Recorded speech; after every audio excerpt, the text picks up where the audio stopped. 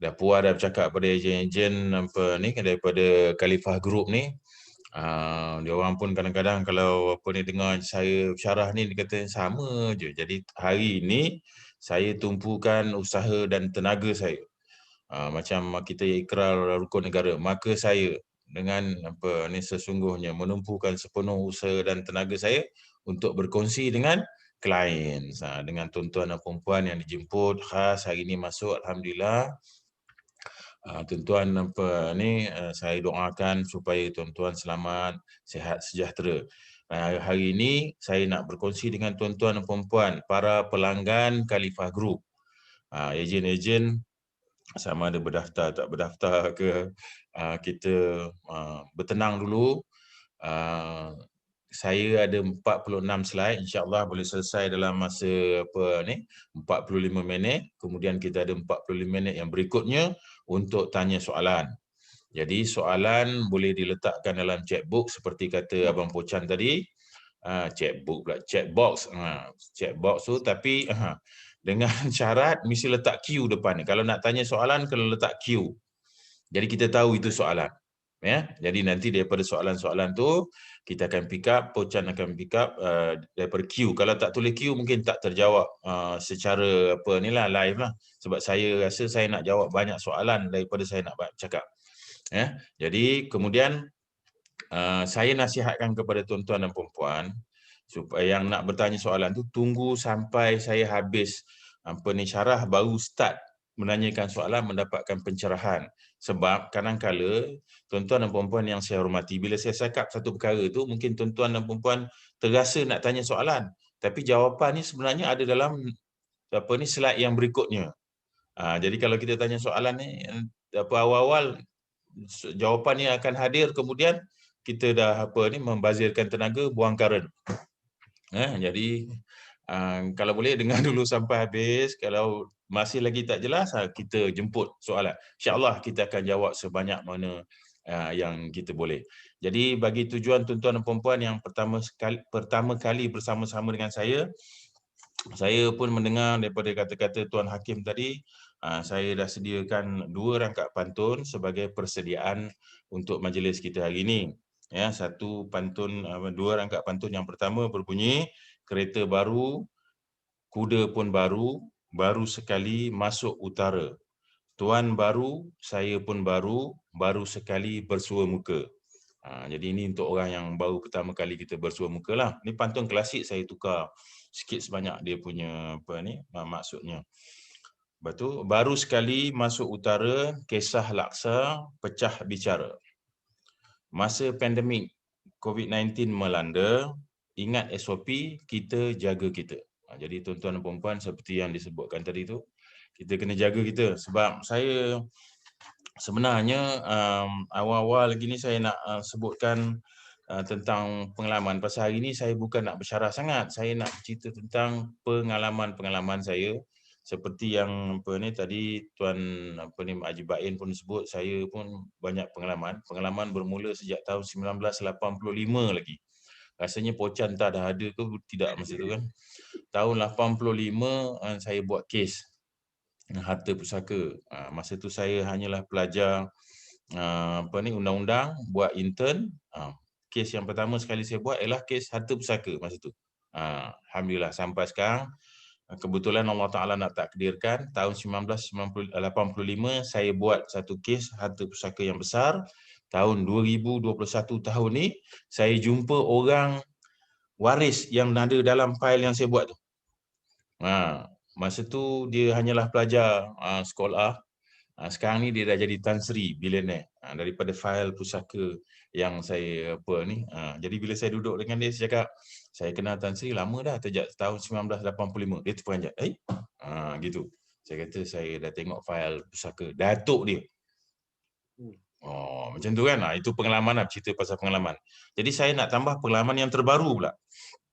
Tuan-tuan yang saya muliakan, pengalaman saya yang terbaru ialah ni 2-3 hari dalam minggu ni, sepanjang minggu lah, hari Senin sampai ke hari ni.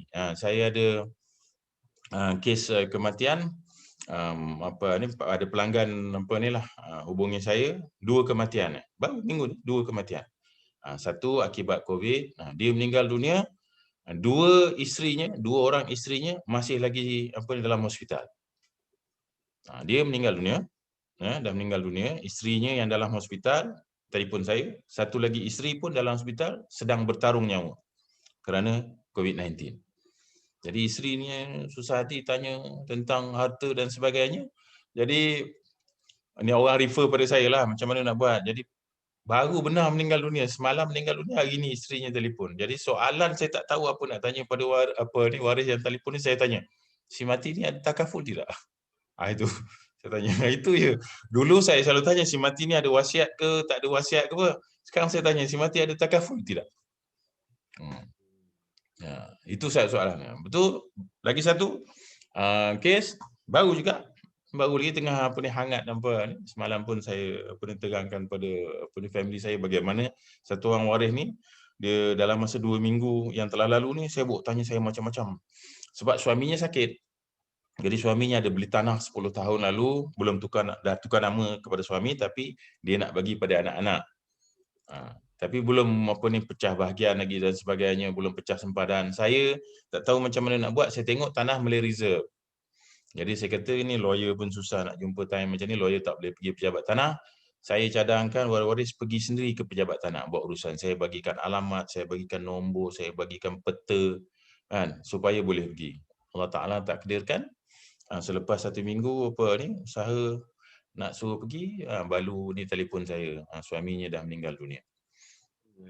Tak sempat kita nak selesaikan. Innalillah sahaja kita boleh aturkan, kita doakan selamat.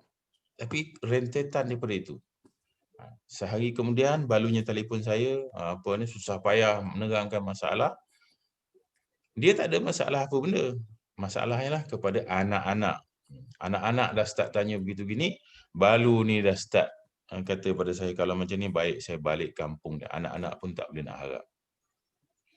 Tuan-tuan dan puan, apakah apa yang nak saya kongsikan di sini? Saya nak kongsikan bahawa kita tak tahu bila kita akan pergi. Kan? Kita tak tahu. Tapi pasti kita pergi. Kalau kita pergi, apa yang kita tinggalkan? Jadi untuk tujuan tuan-tuan dan puan yang saya muliakan, para pelanggan, tuan-tuan dah tahu dah benda ni. Tapi tuan-tuan kena hayati sebab keadaannya lebih kritikal sekarang. Tuan-tuan kena faham, kena terangkan kepada keluarga, ini macam ni, apa nak kena buat, apa semua nak kena buat. Terutama jikalau kita ni adalah orang yang berpotensi berbahaya. Jadi saya tunjukkanlah slide ni.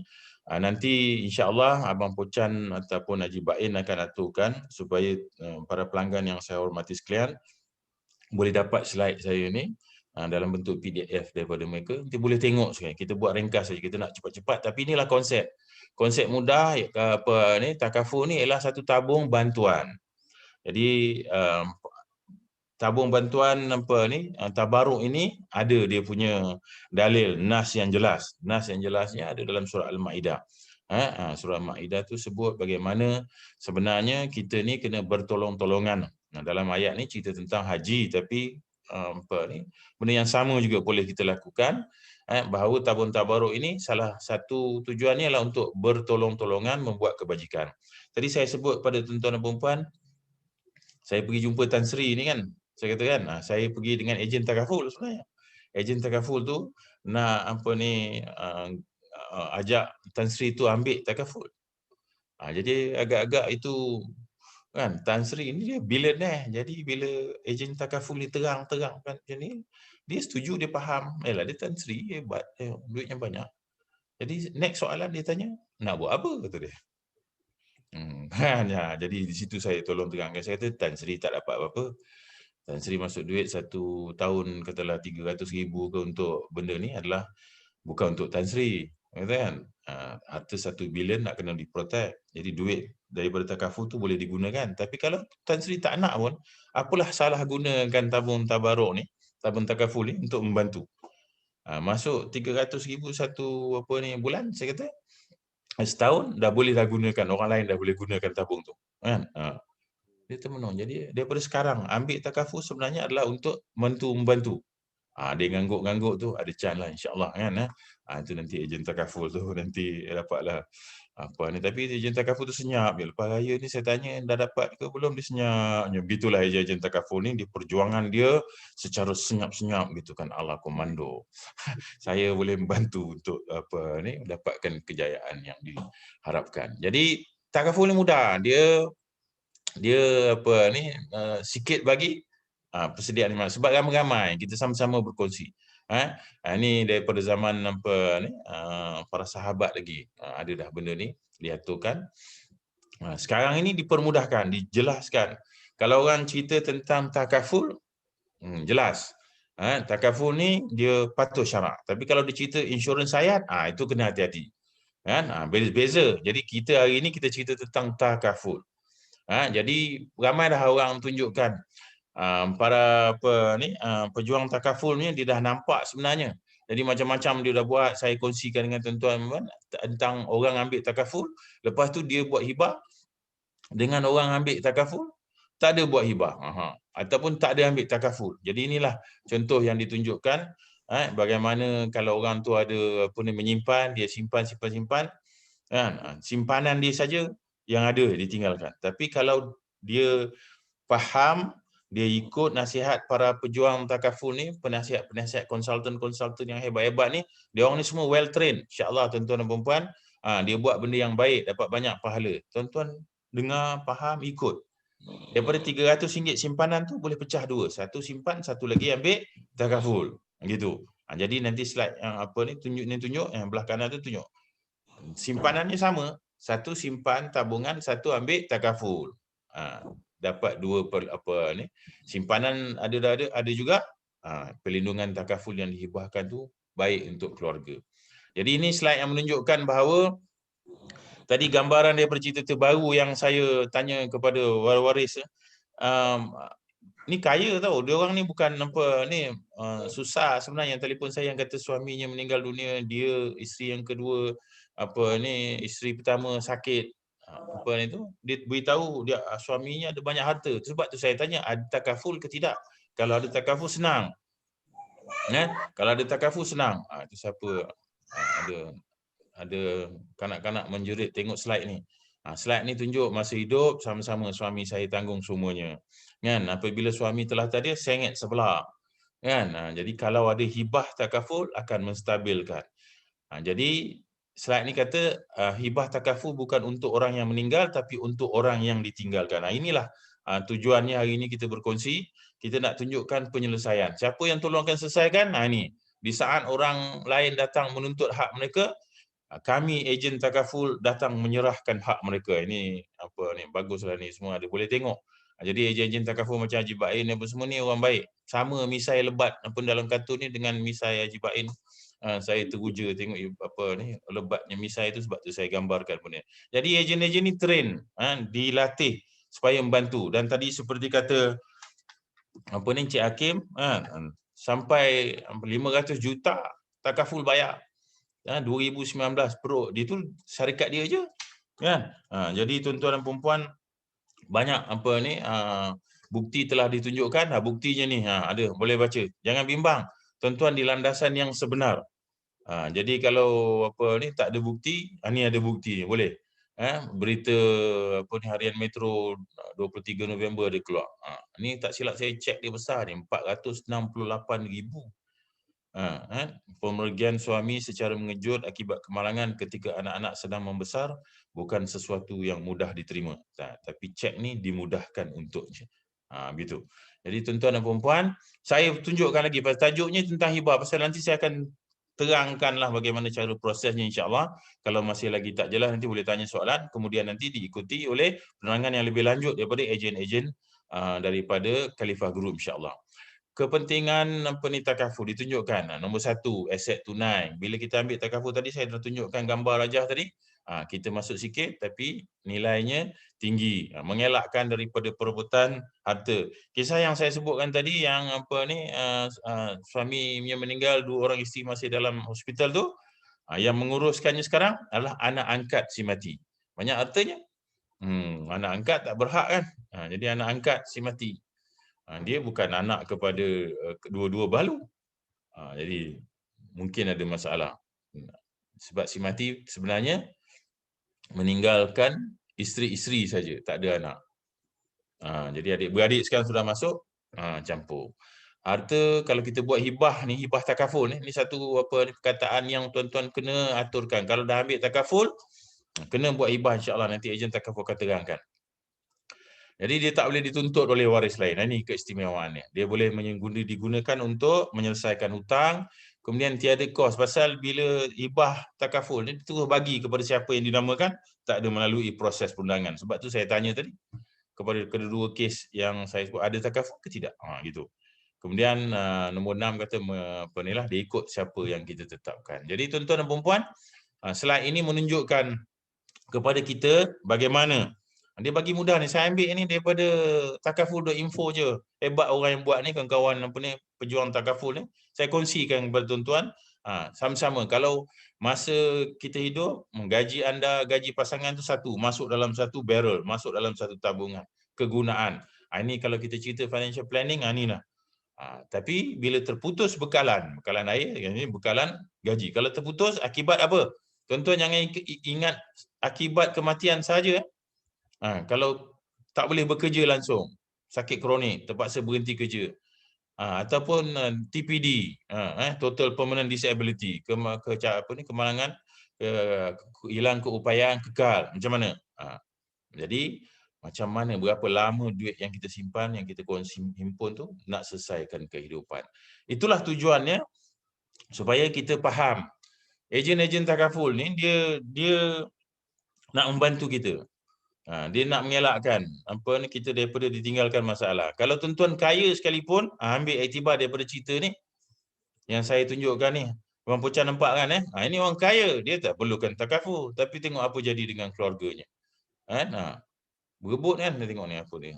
Jadi kisah ni saya ingat dah habis kan, tapi baru-baru ni pada 1 hari bulan Jun, keluar lagi berita nenek ni dia saman anak dia lah, maksudnya cucu dia saman cucu-cucunya. Dia nak batalkan pentadbiran harta pusaka. 2 bilion harta yang ditinggalkan, 1/6 bahagian emak. Boleh agak tak berapa makcik akan dapat jadi makcik mungkin tak kisah, makcik nak menegakkan sebab kabarnya makcik ni tak tak peruahkan, tak dipedulikan oleh cucu-cucu misalnya.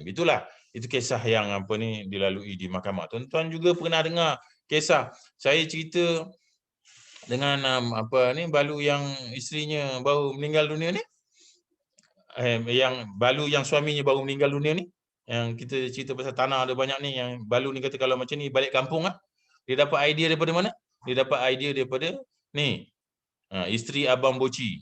Isteri Abang Boci tinggalkan Kuala Lumpur, balik kampung, duduk Sabak Bernam. Di sana dia meneruskan kehidupan. Jadi balu yang pun kata kalau macam ni baiklah saya balik kampung. Saya tanya kampung kat mana? Kampung Haji Bain kot, jauh kan, dekat Kuala Lipih sana. Bukan Haji Bain je lah kan, tapi jauh lah dia nak balik. Dah biasa duduk tahun kan, tiba-tiba dia nak balik kampung. Dan dia sebut agaknya macam itulah nasib yang dilalui oleh isteri Abang Boci, kata dia. Saya terpanjat. Dia baca berita tentang macam ni kan, balik ni pekan Sabak Bernam sana, meninggalkan. Jadi ini kisah. Jadi saya tanya tadi untuk mengkaitkan tuan-tuan puan, sebab saya ada slide yang macam ni. Slide kata apa? Isteri kata membazir ambil takaful. Tapi balu kata kenapa sikit sangat ambil takaful. Nak tahu penting atau tidak, tuan-tuan dan puan-puan yang saya muliakan, para pelanggan yang hadir hari ini, kalau datang dalam sesi ini bersama suami dan isteri, tengok slide ni, suami isteri pegang, genggam tangan masing-masing. Ini pengalaman-pengalaman yang telah dizahirkan, yang telah dicatatkan. Tanyalah balu yang kehilangan suami, kalau nak tahu penting tak penting. Wan siapa tu ni? Okey. Tu bimbang saya. Saya dah lantik ramai co-host untuk buat kerja ni. Betul. Dia orang jadi mereka pun sama-sama terbabit. Okey, baik.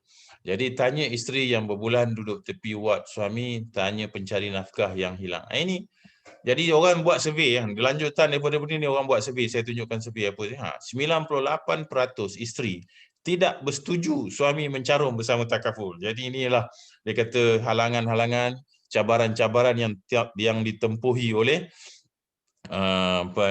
pejuang-pejuang takaful. Kalau boleh jangan terangkan apa ni sama-sama. Kalau boleh asing-asingkan biar suami tu pergi sendirilah ambil. Begitu. Kalau tidak nanti tak payahlah bang kan. Beli emas lagi baik. Gitu kan. Ambil takaful ni tak dapat apa. Sama Tan Sri yang tu pun cakap, saya dapat apa? Saya cakap, Tan Sri tak dapat apa pun. Tapi dapat pahala. Kalau nak cari pahala, abang-abang yang beli beras, boleh beli sekali takaful. Tu dapat pahala. Janganlah dibodoh-bodohkan pula isteri tu kan.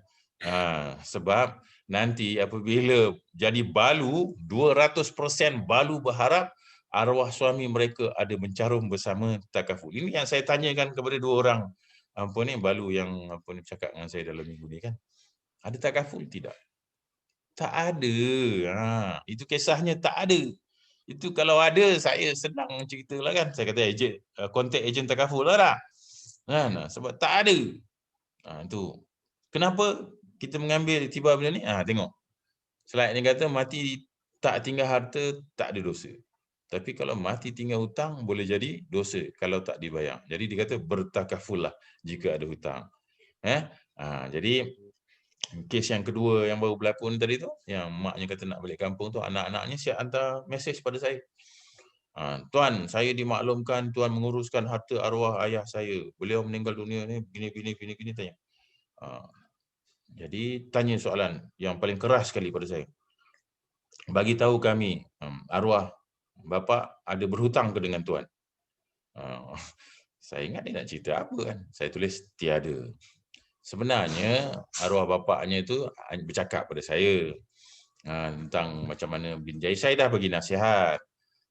Saya cakap Prof kena buat macam ni, kena buat macam ni. Tapi mungkin disebabkan kesihatan yang tidak berapa cemerlang. Setahun yang lalu makin merosot. Kan? Jadi dia tak datang balik. Dia datang 2 minggu ataupun 10 hari sebelum meninggal dunia. Itu pun isterinya yang hantar mesej. Ada buat ni tak? Saya kata tak ada. Satu pun tak ada. Dia cakap sahaja. Jadi tuan-tuan dan puan-puan, idea yang baik hendaklah diterjemahkan dengan perbuatan yang baik. Jadi bila ejen takaful dah terangkan, tuan-tuan dan puan-puan setuju, percaya apa yang dia cakap tu, jangan lengah-lengah lagi kan. Terus buat insya-Allah. Sebab ni saya tunjukkan pengalaman-pengalamannya. Waris-warisnya mesti dahulukan hutang. Apa yang kita tinggalkan kepada waris-waris? Ini soalan yang selalu tanya. Ni bil hospital pun jangan main-main. Mana nak cari? Saya pengalaman saya sebenar, ni pengalaman sendiri betul. 3-4 tahun yang lalu, junior saya. Sekolah berasmara penuh Haji Bain kan sekolah berasmara penuh kata ustaz Badilisha, berasmara penuh, kena berasmara kan. Jadi saya ada junior ni, dia 6 tahun lebih muda daripada saya dapat berita dia meninggal dunia dekat Gleneagle Kuala Lumpur. Saya dapat berita sebelum maghrib, saya buat kerja dulu, saya solat maghrib, solat isyak kat office apa semua, pasal dekat saja hospital Gleneagle tu daripada office saya. 5 minit kemudian dalam pukul 9.30 saya sampai Gleneagle. Saya tengok jenazah masih lagi senyum tenang sahaja. Mati orang beriman senyum gitu kan. Kata P. Romli. Kan atas kata saya pun pelik waris-waris semua menangis. Kan tapi saya kata tak selesai lagi. Jadi barulah seorang sahabat best dia kata tok tolong tok kata asal ni tak boleh keluar jenazah, tak boleh lepas jenazah ni. Jadi saya ni seorang peguam. Jenazah tak boleh lepas apa dia kena mengena dengan saya kan Saya kata pasal apa pula tak lepas lagi ni. Tak boleh keluar tu jenazah. Pasal apa? Ni bil tak ada selesai ke? Bil tak selesai. Jadi saya kata tak bayar lagi. Berapa? 76,000 tu. 76,000 kan. Apa benda yang saya boleh selesaikan? Kan saya buka 70 sen ada lah kot. Jadi saya tanya, dia tak ada takaful ke? Dia tak ada insurans ke? Ada tu, tapi ada sikit masalah macam ni. Masuk 2 kali. Dia kena operate 2 kali.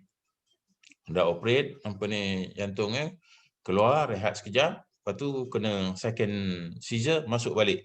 Jadi ada masalah tentang claim dan sebagainya. Jadi saya kata, korang kutiplah apa ni, ramai ni kutip-kutip. Jadi kutip, tunggu kawan ni datang tu pasal yang lama tu. Saya datang tak bawa duit. Saya datang bawa buah fikiran sahaja. Saya kata, berapa yang ada, mari kita kongsikan, kata. Jadi berapa ada? 10,000. Saya pergi kat kaunter clearance tu, saya cakap, bil berapa? 76,000. 10,000 ada sekarang, boleh lah. Guna dulu. Kita keluarkan jenazah. Gitu.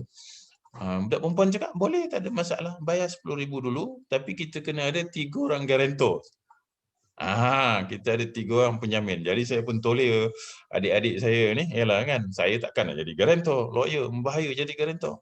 Kan? Duit pun tak ada. Saya tanya rakan-rakan mereka. Dia orang yang hebat-hebat. Ada chief engineer, ada chief agency, ada chief apa? Tadi apa? Chief officer of tak adalah. Dia orang ni semua aturkan 3 orang. Saya bawakan 3 orang yang kau jadi apa ni, garantor. Saya naik terus ke atas. Dekat ward tu, tengok dah ada dah orang tolak. Dahsyat dah. Nampak tu? Bayar aje, angkat tu jenazah tu masuk dalam van. Van dah tunggu lama, driver van pun dah ngantuk dah.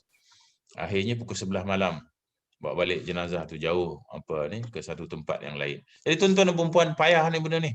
Siapa yang nak biayai kos rawatan bulanan pula lepas tu. Jadi ini antara kepentingan takaful. Jadi yang kita nak ceritakan bukan saya nak cerita ni satu lagi ni baru sangat ni saya jumpa ni bulan Jun ke apa saya tengok.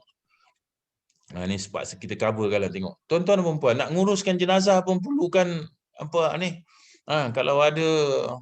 Kalau ada nama apa ni, khairat kematian tak apa. Tapi ni nak tunjukkan pengurusan jenazah ni dibayar daripada duit khairat kematian lah. Jadi tuan-tuan dan puan-puan, kalau tak ambil takaful, ambil khairat kematian dulu pun boleh. Insya-Allah. Tengok, nak keranda je RM500. Macam nampak keranda RM500 tu. Dia bukan boleh apa ni. Itu maksudnya ini yang jenis masuk sekali dengan apa keranda ke? Biasanya tak ada keranda, tapi ini keranda RM500. Liang, liang tahu liang maksudnya lubang nak gali lah. RM150. Mandi RM150. Imam dapat RM25 je. Sian imam kan. Talqin RM25, van jenazah RM50. Nanti tak tahulah dia pakai letak je. Yang ini sembayang biasa 60 sampul surat RM300. Maksudnya satu tu RM5 biasa.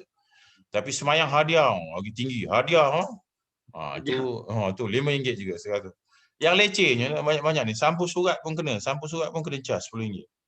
Banyak juga sampul surat. Tuan-tuan dan puan-puan, ini nak tunjukkan pengurusan. Dulu orang tak nampak benda ni. Kan? Jadi saya tahu benda ni. Yalah. Banyak dah pengalaman-pengalaman tengok benda ni. Waris-waris kalau tak mampu macam mana? Sebab itu tuan-tuan dan puan-puan, pentadbiran harta pusaka ni dia menjadi suatu hal kan, selalu nanti bila meninggal dunia ada waris kena datang ke depan sebelum jenazah dibawa terus. Tuan-tuan dan puan-puan, ampunkanlah dosa si mati bapak saya ni gini-gini, jika kalau ada hutangnya begitu itu. Jadi ini nak uruskan itu pun memerlukan. Jadi pentadbiran pusaka ni bukan satu mudah, tapi tuan-tuan tahu ke tidak? Daripada 2 pengalaman yang saya baru yang masih panas dari segar dalam ingatan saya ni, baru sangat ni. Sebenarnya waris-waris dia lebihkan yang ke bawah tu. Apa bahagian dia akan dapat? Nombor 6, pembahagian mengikut parain. Berapa saya dapat? Bila saya dapat? Kita nak selesaikan dulu yang atas tu. Jadi tuan-tuan dan puan-puan, tajuk kita hari ini penyelesaiannya hibah. Pasal apa? Sebab kita bersandarkan kepada nas yang ada ni lah. Nas ni kata sesungguhnya meninggalkan waris kamu kaya adalah lebih baik daripada meninggalkan mereka miskin meminta-minta dari manusia. Ini hadis sahih. Ada catatannya, tak ada masalah. Yang meriwayatkannya pun orang hebat. Orang sahabat yang hebat ni, Sa'ad bin Abi Waqqas radhiyallahu anhu. Itu dalil dalam bahasa kita. Dalam bahasa orang putih pun saya bagi dalilnya. Tu sebelah tu dia kata, it is not about what you need, kata. It is about what your family needs. If you are here. Boleh saya cakap orang putih macam tu kan? Kan? Jadi fahamnya dia bukan apa yang kita hendak. Kita tak boleh bawa masuk tuan-tuan dan puan, tak boleh ikut kita. Kan, tinggal. Mana milik kita, kata apa ni arwah. Dan Ustaz Asri, mana milik kita? Ada lagu tu. Kena faham lagu tu. Kan, tinggal juga kan. Jadi macam mana nak buat? InsyaAllah daripada apa ni 15 minit berikutnya how. Macam mana nak buat? Kalau kita nak buat ni saya tunjukkan. Kita kena faham bahawa tuan-tuan dan puan-puan yang saya muliakan, harta yang kita kumpulkan, harta yang kita hasilkan, kita gunakan, kita kena ambil takaful untuk mengekalkan, melindungi harta yang kita ada.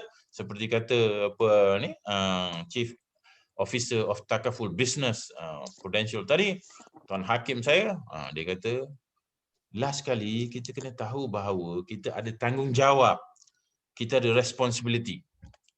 Responsibility kita ialah untuk membahagikan. Ini tanggungjawab.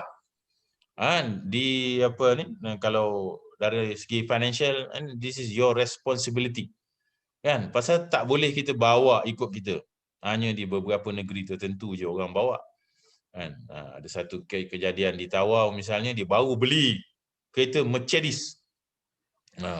Tak berapa lama meninggal dunia. Jadi dia ada pesan, sebelum meninggal dunia aku mati nanti kereta Mercedes ni ikut sekali gitu. Jadi dia orang tanamkan dia dengan kereta Mercedes. Kita mana boleh macam tu kan? Tak boleh. Jadi kita faham, kita kena tinggalkan. Kita tak tahu bila kita meninggal dunia. Sebab tu kita kena rancang sebab kita tak tahu. Tapi statistik 2018, saya pasal tersasul dengan Sik Pas, tengok Sik Pas kan, demi ejaan semalam ada tengok Sik Pas kalahkan Zverev, masuk final apa ni. Lepas tu dia akan bertentang dengan Djokovic, Joker. Jadi statistik 2018 kata, tuan-tuan tengok 400 kematian setiap hari. Setiap hari. Jadi dia itu 2018, tapi 2018 punya statistik dah tak boleh pakai. Sebab sekarang kita tiap-tiap hari ada tambah 76, 80, 110 gitu hari kan. Jadi satu hari, jadi jumlahnya dah beza. Cuma yang nak tengok sebelah tu, ibu tunggal 7 anak dihalau dari rumah sewa, selepas 4 hari suaminya meninggal dunia. Itu yang nak tengoknya. Orang tak tahu bahawa dia miskin, orang tak tahu bahawa dia perlu mendapat bantuan daripada Baitumal dan sebagainya, sebab masa hidupnya suami mampu. Suaminya ada pendapatan 15,000. Jadi kat sini yang kita nak buat perbandingan kan. Kalau kita ada 15,000, takkanlah RM500 tak boleh nak dialihkan kan untuk buat perlindungan untuk keluarga. Bukan untuk kita, untuk keluarga. Begitulah kaedahnya. Jadi saya nak tunjukkanlah ni COVID punya apa ni. Nak tunjuk ni 76 kan. Satu hari. Jadi satu hari 76. Semalam pun lebih kurang jumlah ni, hari semalam ni 8/6 masa saya buat ni 76 orang meninggal dunia kan. Ini gambar ni. Kalau tuan-tuan dan puan-puan, saya pun pelik kenapa gambar ni lain macam kan. Kan. Pasal saya rasa ni macam tak jauh daripada kubur bapak saya ke. Gitu ke? Tak. Ini sebenarnya nak tunjukkan macam mana susahnya kan. Yang bawah tu yang mustahak ni berita Jun 6 Jun dia kata apa? Kes kumulatif kematian COVID-19 pula makin meningkat dari minggu ke minggu. Inilah yang saya nak kongsikan dengan tuan-tuan dan puan-puan. Kalau kita dah tahu macam ni kan kita kena ambil perlindungan. Kereta kita ambil perlindungan, rumah kita ambil perlindungan, nyawa kita kata tak apalah kan. Kita ikutlah, ini semua Allah Taala duga kan. Ini kita yakin dengan tak boleh. Jangan masuk itu kan. Dah banyak dalil-dalil, kita kena ambil perlindungan, kita kena tunggu sekarang ni dapatkan vaksin. Tunggu dapatkan vaksin tapi kita tak tunggu dapatkan perlindungan takaful. Tadi kata Chief Officer of Takaful Business, COTB. Dia kata apa? Kalau dah terkena, disahkan, confirm kena COVID-19, sukar nak ambil perlindungan takaful pula. Tuan-tuan kena aring. Jadi kalau sekarang ni ada peluang, carilah Khalifah Group ni, tanyakan bagaimana. Tanya Haji Bain bagi cari jalan macam mana boleh dapatkan perlindungan. Sebab takaful ini kata COTB, Chief Officer Takaful Business, takaful is a solution to your future problem. You ada problem tak? Future. You tak tahu. Tapi problem tu ada, menanti bila nak terkena. If you reject a solution, you have a problem.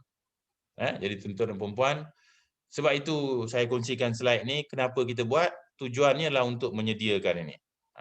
Pewarisan, kasih sayang sama dengan takaful. Kalau kita nak cerita tentang pewarisan, kita nak cerita tentang kasih sayang, ambil takaful sebab dia berkaitan dengan kebajikan keluarga. Jadi undang-undangnya jelas, tuan-tuan dan puan-puan jangan bimbang. Boleh ke buat macam ni? Terjamin ke? Macam dia orang ni cakap betul ke? Untuk makluman tuan-tuan, saya seorang peguam bela, peguam cara. Ini ada akta yang jelas tahun 2013. Akta ni baru. Jadi sebab tu banyak orang tak perasan. Tan Sri tu masa saya cerita dengan dia pun tak perasan. Saya tunjukkan akta ni, barulah dia percaya. Dalam akta baru 2013, APKI, Akta Perkhidmatan Kewangan Islam, ada jadual 10. Jadual 10 tu menerangkan, kalau kita ambil takaful, kemudian kita buatkan hibah. Kita aturkan, maka hibah takaful itu adalah penyelesaiannya. Kenapa? Kerana dia tidak menjadi sebahagian daripada harta pusaka dan tidak tertakluk kepada hutangnya. Ini dalam perenggan 3, sat perenggan 2. Disebut dengan jelas, sesuatu penamaan oleh peserta takaful yang menjadi hibah bersyarat, maka manfaat takaful sedemikian yang dipindahkan tidak menjadi sebahagian daripada harta pusaka peserta takaful yang mati itu ataupun tertakluk pada hutangnya. Jadi ini yang ini nak tunjukkan. Undang-undang jelas. Undang-undangnya ada benda ni. Akta 7859 dia sebutkan boleh buat penamakan sebagai hibah, nanti boleh. Hibah ni boleh bagi 1 orang, boleh 2 orang, boleh 3 orang, boleh. Kalau tulis 3 orang tu 25, 25, 50, tak ada masalah. Kalau tak tulis, secara otomatis dia jadi sama rata 33.3, 33, 3.3 macam tu. %. Jadi boleh dibuat. Jadi tuan-tuan dan puan-puan yang saya hormati sekalian, kalau dah ada takaful, masih lagi belum buat penamaan hibah bersyarat ni, hibah takaful ni, buat contact agent selepas ni, aturkan boleh ni. Dia tulis sini, hibah bukan pusaka peserta yang saya bacakan tadilah. Bukan pusaka. Kalau misal kata Abang Pocan ambil produk yang terbaru Prudential ni, plus apa benda tu, dia hibahkan kepada Rafi seorang. Maka kalau apa-apa terjadi pada Abang Pocan, dapatlah kepada Rafi. Senang. Jadi kita boleh nak bagi pada Haji Bain dan siapa lagi, Cik Hakim. Jadi 3 orang ni kalau tak tulis bahagian tak dapat sama kata. Kalau tulis Rafi Omar 50%, Muhammad Hakim Nordin 25%, Kamarudin Najri 25%. Macam itulah akan dibahagikan. Tak perlu melalui proses satu pusaka yang kita tahu sukar. Tuan-tuan nak tahu sukar tak sukar, payah tak payah uruskan harta pusaka ni, tuan-tuan boleh tengok cerita 3 Abdul, bagaimana harta pusaka Ismail Ulam Raja diuruskan oleh anaknya yang sulung. Anaknya yang sulung nama Abdul Wahab. Ada cadangan daripada anak yang tengah, Abdul Wahid. Dia kata, bagaimana kalau kita bahagikan harta pusaka ayahanda secara demokrasi? Ada tengok itu cerita? Macam mana cara demokrasinya? Kekanda kan sudah tua, kekanda pun akan mati dahulu, katanya. Jadi apa salahnya kekanda bagi kepada adinda ke semua harta ayahanda? Itulah demokrasi. Jadi sebenarnya yang nak dicadangkanlah muafakat. Muafakat, kalau nak muafakat tak ada masalah. Tapi disebutkan atas nama demokrasi. Jadi abang dia tanya, demokrasi apa? Demokrasi terpimpin, kata adiknya. Demokrasi terpimpin kepala otak apa kau, katanya. Dalam cerita itulah, tuan-tuan dan puan-puan. Jadi saya tunjukkan lebih jelas, kalau tadi tak sempat baca, dengan terangnya saya tunjuk. Jadual 10 APKI tu, perenggan 3 sebut. Kalau dia lantik seorang ke, 2 orang ke, tak ada masalah. Ini bukan jadi pusaka. Jadi pelaksanaannya mudah. Undang-undangnya ada. Senang saja dibuat. Tak habis 21 hari pun boleh. Tak habis dan dalam masa sebulan mesti dibayarlah benda ni. Tak ada masalah. Tuan-tuan aturkan. Yang tak ada penamaan, itu yang jadi masalah. Jadi undang-undang menetapkan boleh diaturkan. Kemudian kalau anak bawah umur, ada caranya macam mana. Semuanya dilindungi. Tuan-tuan dan puan-puan boleh dapatkan apa ni dengan lebih jelas lagi daripada penerangan lebih jelas. Yang saya nak tunjukkan ini slide yang ni. Slide ni kata apa? Kebal. Tidak boleh dicabar. Dia kata apa? Kalau buat penamaan sebagai penerima hibah, siapa yang penerima hibah tu dapat sepenuhnya. Jadi dia kata jadual ini mempunyai kesan dan kuat kuasa penuh walau apa pun yang tidak selaras atau bertentang dengan mana-mana undang-undang bertulis lain. Berhubung dengan probate, pentadbiran. Jadi dia tak ada kena-mengena. Dia ikut saja. Pasal ini undang-undang khas tentang takaful. Undang-undang khas tentang takaful ini cara pembayarannya ditetapkan dalam jadual 10. Jadi tuan-tuan dan puan-puan, perlindungannya jelas. Saya bagikan apa ni lebih terang lagi, nampak susah kalau nak baca tadi. Ni. Jadual ini hendaklah mempunyai kuat kesan dan kuat kuasa penuh. Ya. Tuan-tuan dan puan-puan yang saya hormati, bagi contoh. Saya ada 5 minit lagi ni untuk kita apa ni bagi contoh. Contoh, kalau misal kata apa ni Ali dan Senah memiliki rumah bersama-sama, ini joint ni joint. Ini dipanggil joint. Ini bukan harta sepencarian.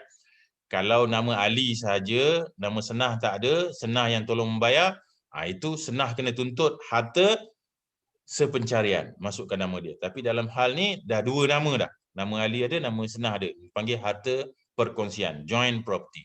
Meninggal dunia Ali, siapa yang agak-agaknya berhak atas apa ni rumah ni? Ali dah tak ada. Maka waris-waris Ali, bapa dia Pak Kasim, mak dia Mak Lima, anak dia Naim dan Fendi dan juga Siti, semua berhak. Jadi daripada 2 sekarang ni dah jadi banyak nama. Okey. Jadi saya tunjukkan sini bahagian mak dan ayah. Pak Kasim dengan Mak Lima ada 1/6. Balu ada berapa? 1/8 pada rumah tu. Tuan-tuan, macam mana nak pecahkan rumah ni? Kan bahagian-bahagian atas rumah ni banyak orang tak perasan benda ni.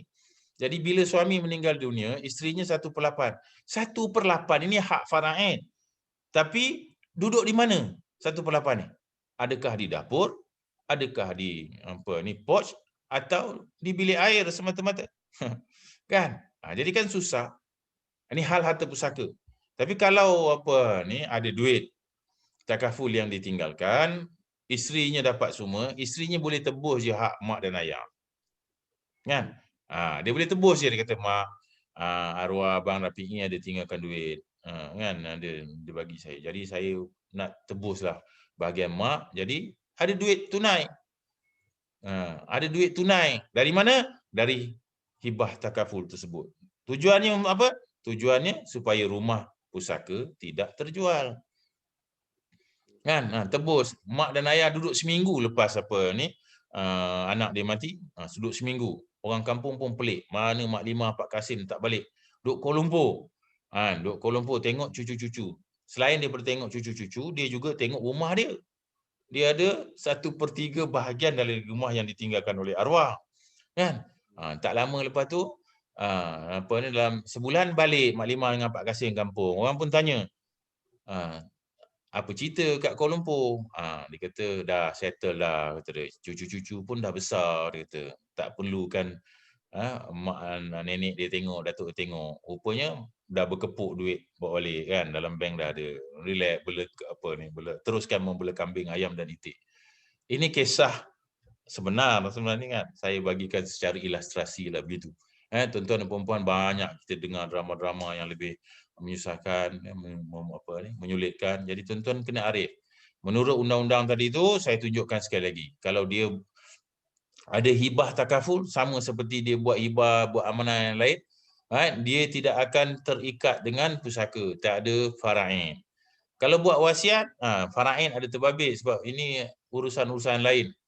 Ada terbabit sini. Bila buat wasiat tu maksudnya berwasiat kepada orang lain tapi dia berkuat kuasa semasa selepas dia tak ada. Sedangkan hibah takaful ni dia berkuat kuasa semasa hidup, begitu. Telah dibuktikan. Tapi kena buat borang lah, tak boleh cakap je. Walaupun dia punya kesan seolah-olah macam wasiat, tapi kerana kita dah isikan borang dan hukumnya jelas, bila ambil apa ni takaful, buatlah hibah, insya-Allah selamat.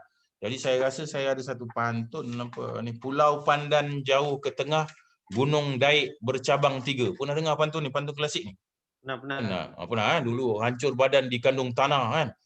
Budi baik dikenang juga, betul tak? Betul. Begitu. Jadi saya ubah sikitlah. Pulau Pandan jauh ke tengah, Gunung Daik bercabang 3. Ambil takaful, buatlah hibah.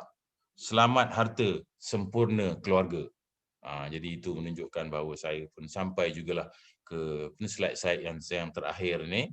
Slide yang terakhir sebelum saya berhenti, saya minta tuan-tuan dan puan-puan amatilah slide yang saya kongsikan ni.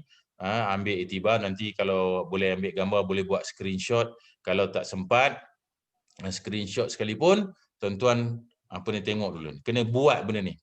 Ini dia punya modul dia, cara nak buat. Sebab tu saya kata ni tugasan teras bagi semua orang. Tuan-tuan dan puan-puan, saya pun buat. Untuk makluman tuan-tuan dan puan-puan, saya pun ada ambil takaful. Banyak takaful selain daripada Prudential ni, saya ada ambil takaful lain juga. Tujuannya sebab saya dah buat nombor 1 sampai nombor 8 ni. Kalau tanya bos Hakim, Hakim tu dia lagi hebat, dia nombor 9 sekali dia ada lagi macam-macam soalan ni. Itu dia. Kita belajar kita gunakan tata cara yang sama untuk menentukan masa hadapan. Jadi tuan-tuan dan puan-puan, gambar burung ini sangat-sangat sempurna saya kongsikan dengan tuan-tuan dan puan-puan sebagai peringatan. Seibu burung, dia bagi makan kepada burung. Anak burung. Dia sendiri bagi, suapkan dalam mulut. Kalau dia tak ada, macam mana? Jadi takkan burung lain, mak burung lain, ibu burung lain akan susah. Boleh hidup anak burung ni, rezeki Allah. Kan tak ada masalah. Tapi kalau buat, insya-Allah inilah dia punya kebaikan dia. Kalau kita buat ambil takaful, kita hibahkan, kita tentukan siapa kita nak bagi, banyak mana bahagiannya, kita boleh tentukan siapa nak jadi pemegang amanah. Ini ejen-ejen takaful semua boleh terangkan, tapi kita ada ada 40 minit, nanti kita akan tanya boleh buat soal jawab, nanti kita akan terangkan. Yang mustahak sekali ni, kurangkan pertikaian di antara waris. Kalau tuan-tuan orang yang berniaga ni mesti kekal. Kalau tidak, biasanya meninggal dunia, bisnes akan terjejas, bisnes terpaksa gulung. Kan? Tapi kalau kita ada perlindungan, insya-Allah harta tanah dan bisnes kita kekal, tidak terjual seperti saya bagi contoh tadi. Dan paling mustahak tuan-tuan dan puan-puan, tuan-tuan juga ambil takaful, tuan-tuan boleh tentukan bagaimana boleh menjadikan harta yang kita tinggalkan itu sebagai bekalan amal jariah, bekalan kebajikan yang berterusan, insya-Allah. Jadi ejen-ejen takaful daripada Khalifah Group dan lain-lain akan bantu. Kalau doktor sekarang ni menyelamatkan nyawa, walaupun tak selamat akibat varian yang pelbagai, kalau ada ejen takaful ni kata if doctor save life, ejen takaful menyelamatkan nyawa, menyelamatkan keluarga, bawa duit, datang dengan beg, bawa duit, bawa cek dan sebagainya, seperti yang saya tunjukkan awal tadi, bukti yang nyata. Jadi seperti yang saya janjikan, kita ada 45 minit untuk tanya soalan. Jadi saya nanti lepaskan balik kepada MC kita, moderator kita untuk pick up. Dah ada ke soalan-soalan daripada chat box? Ada 16. Yang mana Q saja. Kita akan jawab. Jadi sebab dia mesti ada Q and A. Kalau tak ada Q, tak ada A. Itu okay. Question and answer. Okay. Jadi slide saya yang akhirnya adalah menunjukkan kad saya kalau nak hubungi tentang harta pusaka dan sebagainya, mana yang saya boleh bantu, nanti saya bantu. Itu sahaja. Saya serahkan balik kepada moderator. Saya minta maaf kalau laju ke apa, tapi kita ada 40 minit untuk kita kongsikan bersama-sama, tanya Q&A. Silakan tuan. Alright, terima kasih. Terima kasih kepada Tuan Haji Rafi atas kongsian sebentar tadi. So memang tiba masanya untuk Q&A. So nampaknya berpusu-pusu soalan masuk untuk yang untuk Q&A. So soalan pertama Tuan Haji, daripada Tuan Haji Bain. Pukul berapa? Pukul berapa saya tengok pakai ikut time dia Q? 11.4 minit. 11.4 minit. Bain Najri. Apa dia tanya? Berapakah kos peguam untuk urusan harta pusaka? Okey. Soalan dia nak tahu lah tu ada pusaka nak diselesaikan. Peguam ini untuk panduan tuan-tuan dan puan-puan, peguam boleh cas sampai 5% maksimum. 5% daripada nilai harta pusaka yang ditinggalkan. 5%. Okey, 5% maksimum, itu dibenarkan oleh undang-undang. Saya charge antara 3,500 Sehingga maksimum saya 1.5% daripada value yang ditinggalkan. Jadi beza, ada lawyer boleh buat free. Tapi dia buat masa free time dia je. Gitu. Betul lah, betul. Itu kan masa free time dia baru dia buat kan. Jadi saya ada 3 kes yang saya tengah buat sekarang ni. Dia daripada keluarga yang sama, datuk, nenek, lepas tu mak saudara meninggal. Sekarang ada 3 kes kan. Jadi waris-waris ni jumpa saya. Di kalangan waris tu ada 2 orang lawyer. Tapi dia tak nak buat pasal dia tak free. Jadi dia minta saya buat tak free time lah kan. Jadi dia minta saya buatkan. Saya kata okey. Macam inilah saya charge. Saya aturkanlah. Jadi daripada kira-kira tu saya dapati saya punya charge hanyalah 1.15% daripada value yang ditinggalkan secara keseluruhan. Tapi 3 kes nak kena buat. Saya nilaikan, tengok berapa nilai harta pusakanya, dan saya charge 1.15% daripada harta yang ditinggalkan. Tak banyak pun. Hanyalah 10,000 gitu. 3 kes nak kena buat. Kan? Jadi itu orang cerita tentang. Jadi tuan-tuan dan puan-puan, saya ingat sengaja Haji Bain dia nak usik saya tanya soalan tu, bagi saya terkesima. Saya nak bagi tahu tuan-tuan dan puan-puan, sebenarnya banyak kes harta pusaka orang Melayu kita, orang Islam kita tak selesai sebab tak ada modal nak bayar kos pengurusan. Tu tak ada modal lah. Tapi kalau si mati ada meninggalkan duit. Duit takaful. Dia tak perlukan buat harta pusaka ni.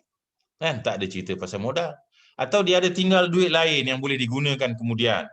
Jadi harta pusaka banyak yang tak selesai bukan kerana hukumnya susah, sebab tak ada modal naknya mendahulukan kos peguam dan sebagainya. Okey. Kalau buat sendiri sebenarnya pun boleh, tak ada masalah. Gitu jugalah waris boleh buat sendiri masa dia free saja. Kalau dia tak free, yang itu jadi berbalah. Soalan berikutnya. Pukul 11.09 daripada Nur Airin Jannah. Apa beza?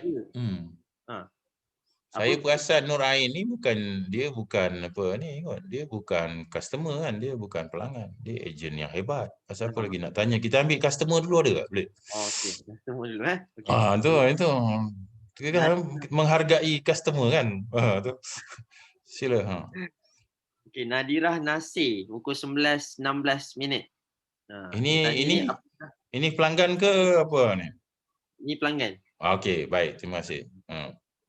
Okey, apakah kelebihan hibah takaful berbanding hibah? Contoh, hibah takaful kita boleh claim bahagian rumah daripada waris sebab kita ada cash. Andai kata jika rumah itu tersebut dihibahkan terus kepada isteri, ketika hidup dihibahkan, mohon pencerahan. Kedua-duanya adalah hibah. Betul. Dengan hibah. Baik, terima kasih. Jadi saya faham di mana datang kekeliruan ni, sebab saya tak ceritakan pasal hibah biasa. Hari ini kita ada 1 jam tadi tu, kita cerita tentang hibah takaful. Saya sebut hibah takaful. Jadi hibah takaful ni dia tersusun. Caranya menurut APKI jadual 10, kalau kita buat penamaan hibah kepada satu orang sebagai penerima hibah bersyarat, jelas. Jadi dia bukan pusaka. Bahagi sahaja kepada siapa nama itu menurut APKI.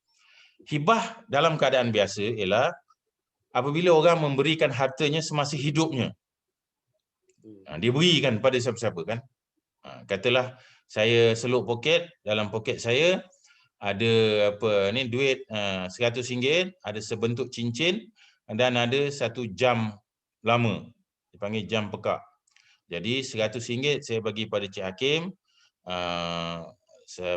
sebentuk cincin saya bagi pada Abang Pocan, jam pekak saya bagi pada Haji Bain. Masa saya hidup. Selepas saya bagi, saya balik rumah, kan, terlanggar batu, jatuh, mati. Jadi apakah RM100 sebentuk cincin dan jam pekak yang saya dah bagi tadi itu menjadi pusaka saya? Dia bukan pusaka saya sebab saya dah bagi masa hidup. Jadi Waris-waris saya tak boleh tuntut. Itu nampak tu? Itu yang dinamakan hibah. Hibah ni maksudnya bagi tanpa minta balasan. Kan, tanpa minta balasan. Kalau saya bagi RM100, tapi apa ni, hakim kena beli apa ni 2 balang cookies yang apa ni dibuat oleh anak saudara saya misalnya. Itu bukan hibah.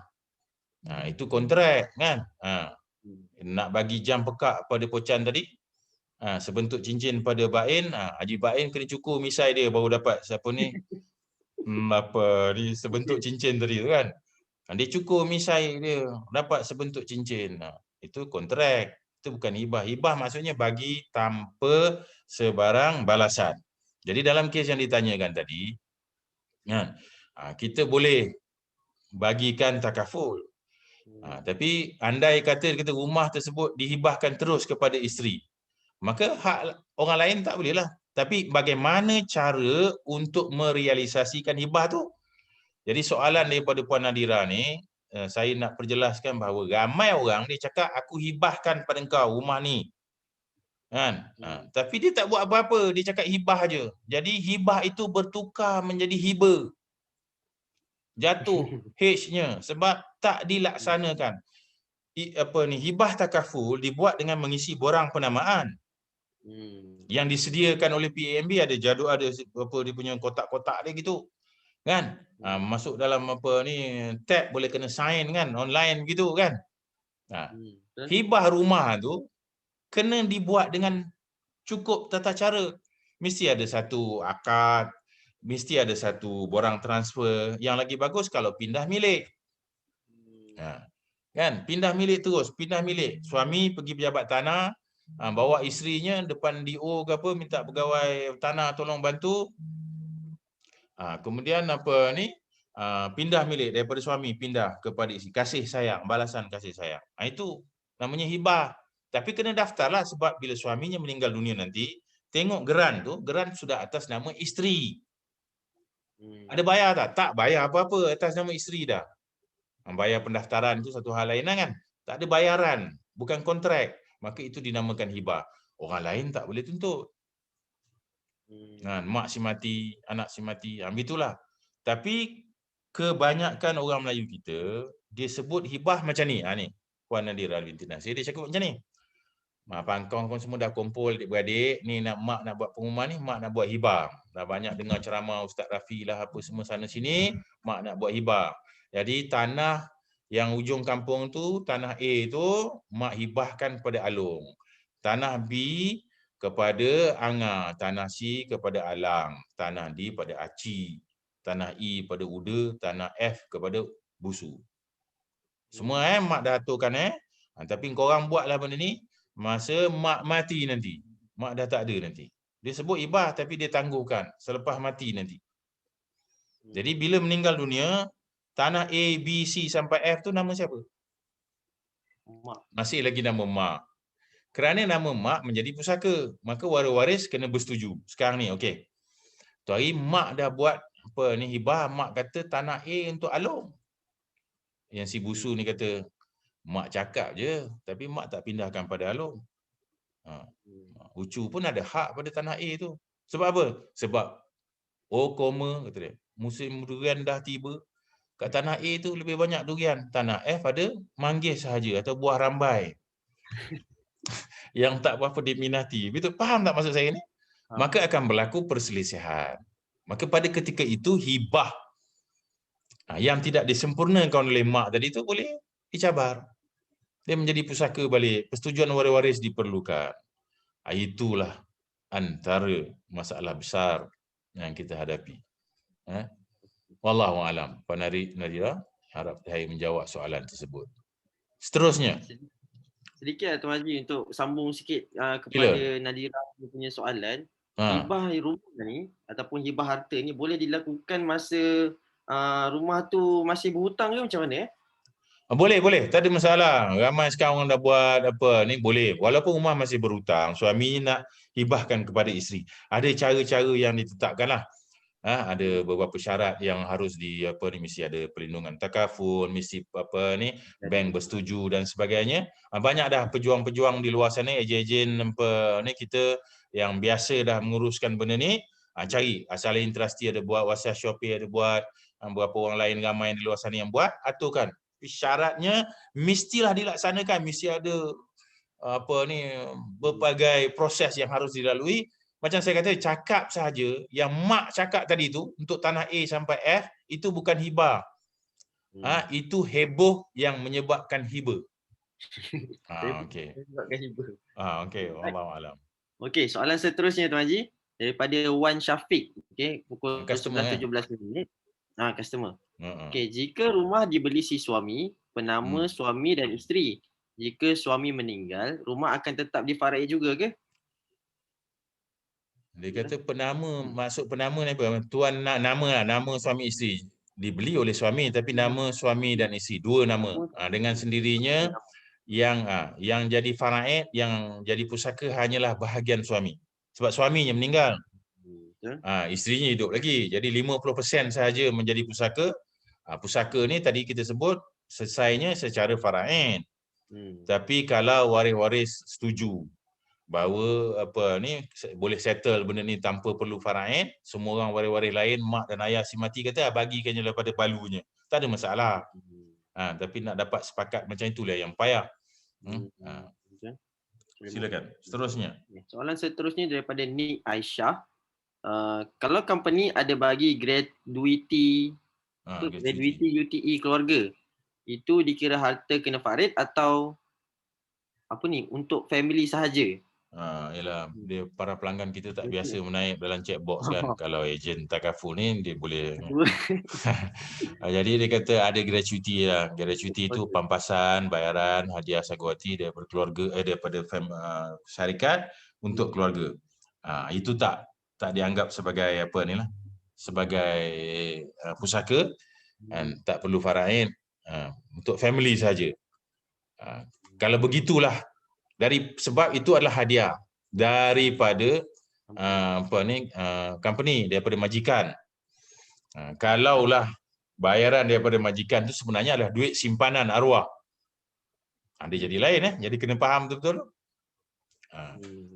Jadi terpulang kepada saya katalah majikan kan, pelanggan saya anak pekerja saya meninggal dunia kan, saya kata patut dapat kat isterinya, tapi saya tak nak bagi kat isterinya pasal saya tahu perangai isterinya tak nak elok, saya bagi terus pada anak-anaknya.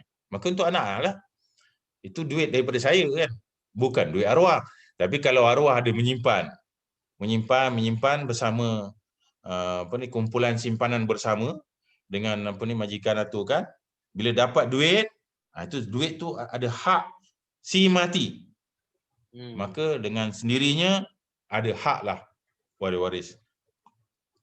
Pencen, saya bagi contoh pencen misalnya, pencen kerajaan penjawat awam meninggal dunia, ada pencen. Okey, ada pencen. Jadi kerajaan JPA bahagian pencen akan bayarkan pencen tu. Dia nak bayar pada siapa? Jadi kebetulan orang yang meninggal ni umur dia baru katalah masa tu 49, ada pencen yang akan diteruskan lah. Tapi pencen tu hanya akan dibayar pada umur kemudian kan. Jadi macam mana? Jadi itu pencen tu hak kerajaan nak bagi itu tidak. Ataupun dia memang dah dapat pencen. Selama ni dia pencen. Dia meninggal dunia umur dia 70 tahun. Isterinya baru umur 29 tahun.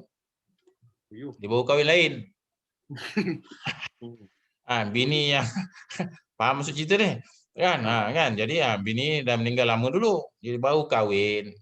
Kan? Meninggal dunia umur 79. Ada pencen ni kan? Pencen tu agak-agak pergi kat isteri baru. Tak, berhenti. Tak, dia berhenti lah. Kalau dia ada anak, itu lain. Anak bawah umur, anak yang masih kat universiti akan diteruskan bagi pada anak-anak. Jadi ini lain, dia bukan harta pusaka. Jadi tuan-tuan dan puan-puan, bagi soalan yang ditanya ni cantik, hari ini kita kena tahu apa harta yang dianggap sebagai pusaka si mati. Bila pusaka si mati, maka ada hak waris-warisnya.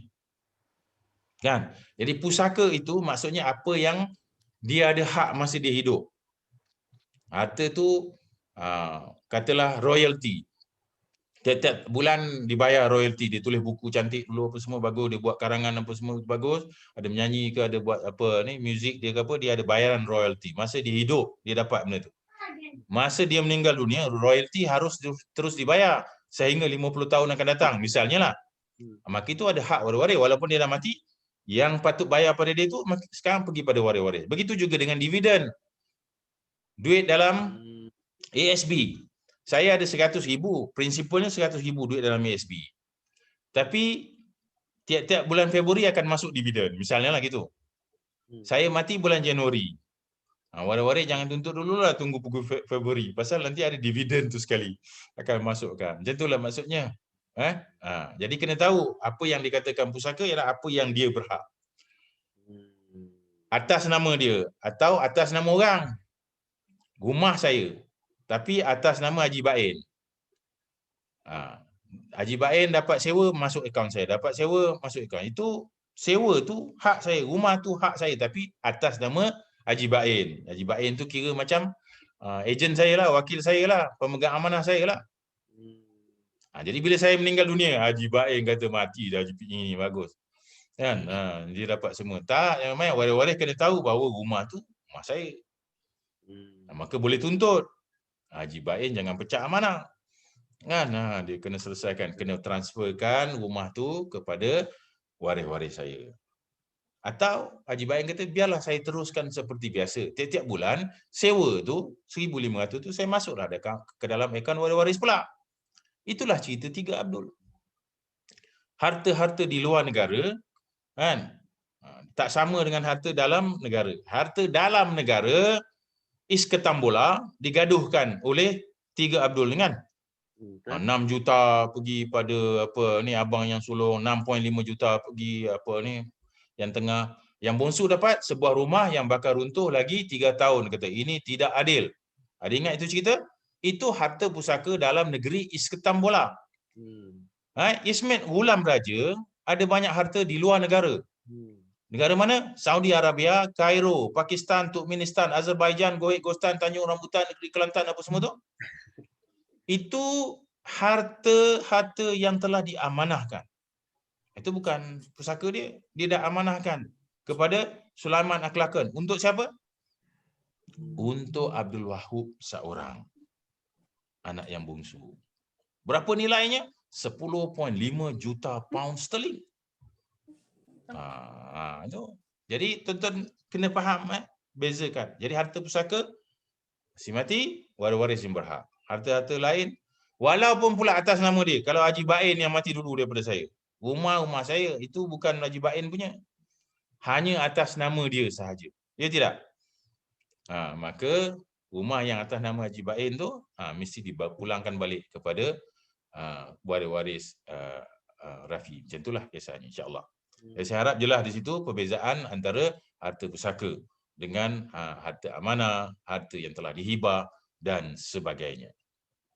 Wallahu alam. So, harap menjawab Okey, soalan seterusnya Tuan Haji. Ya. Daripada Rashidah Abdul Rahman. Okey, pukul 11.20 ni. Okey, soalannya, jika harta diwarisi oleh isteri dari pusaka ayah bonda, contoh tanah beserta rumah, dan hanya ada anak perempuan, bagaimana jika isteri meninggal atau suami isteri meninggal? Bagaimana harta yang diwarisi itu tadi? Bagaimana bahagian untuk anak perempuan yang ditinggalkan? Kita kena pecah-pecahkan soalan ni kan. Sukar menjawab ni soalan bertaraf universiti. Ini semester akhir apa ni soalan ni kan. Jika harta diwarisi oleh isteri dari pusaka ayah bonda, tanah, rumah dan anak-anak rumah. Dah diwarisi, maksudnya atas nama dia lah. Kemudian isteri tu meninggal pula. Atau dua-dua meninggal. Jadi kita ambil apa ni harta pusaka A dan B diwarisi oleh C. C tu apa ni lah perempuan ni kan seorang. Lepas tu C pula meninggal dunia. Maka harta C tu menjadi harta pusaka kan itu pusaka C ya. Dari pusaka A dan B turun kepada C. Boleh tak kita namakan ayah dan ibu tadi, ayah bonda tu A, B. A dan B. Jadi dah turun kepada C. C ni kan CT lah senang nama dia, CT. CT meninggal dunia pula. Tak ada kena-mena dengan CTK ataupun Siti Nurhaliza lah kan, CT.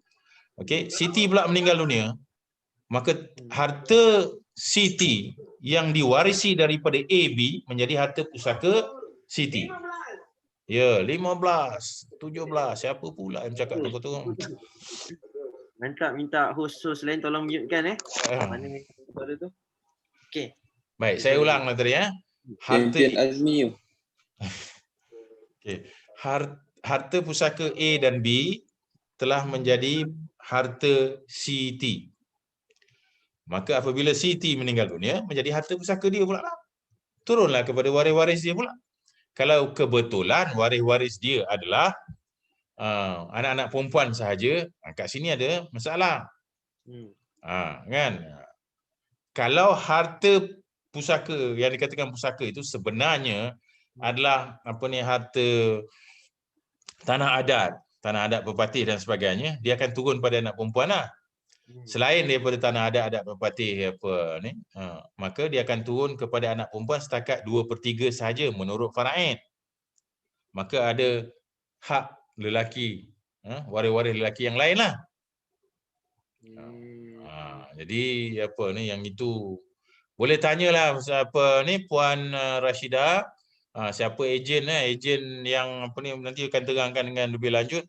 Dia akan susun satu persatu. Kalau tidak nanti pun boleh aturkan, boleh dia panggil PM tepi apa? PM tepi. PM tepi. Nombor faraid lah ni maksudnya.